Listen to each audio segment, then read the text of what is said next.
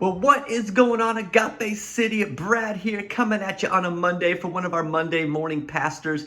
This past week was a blast for me.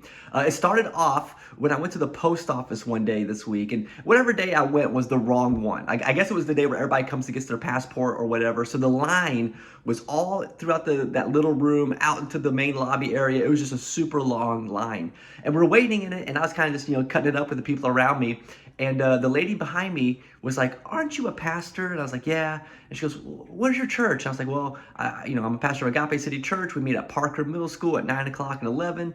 And then I said the name, Agape City Church. The lady behind her goes, "Oh, I've been seeing your billboards," because we have some billboards up around town.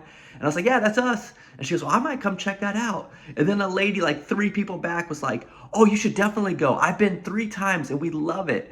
And it was just so cool, and the vibe just kind of just lifted, and people were just so cordial, and it was just it was a cool just to be out in the community and to be recognized by the community and to have something of quality to invite the community to. So Agape City Church, you are awesome. Keep being awesome. Keep being loving, kind, welcoming, and let's keep being a light here in the city of Howell. So that was a great weekend, encouraging for me as a pastor. And then the Sunday, the Sunday was so good. I mean, worship was phenomenal. It was so awesome, preaching, this message and starting this series off. We had 3 baptisms this weekend, which was so amazing, which means in the 2 weekends we've had 4 altogether. So it's just so cool to see what God's doing and how he's moving through Agape City Church. And it's talking about that God is moving. I just want to remind us all, don't forget about these love outs, and don't forget about Root for the Home Team, our parties and our service for the month, that we want to love out our first responders. And you can go on the app and you can see suggestions and ways to love different first responders. If you want to call the church office or stop by the church office, we have people we can connect you with or things we can help you, point you to. But we really want to love our first responders this month, so let's do that, church. And then Root for the Home Team. So we're going to show up to some high school sporting events that don't normally get a lot of cheering sections, and we just want to root for our students. Let them know that they have a community that sees them and loves them.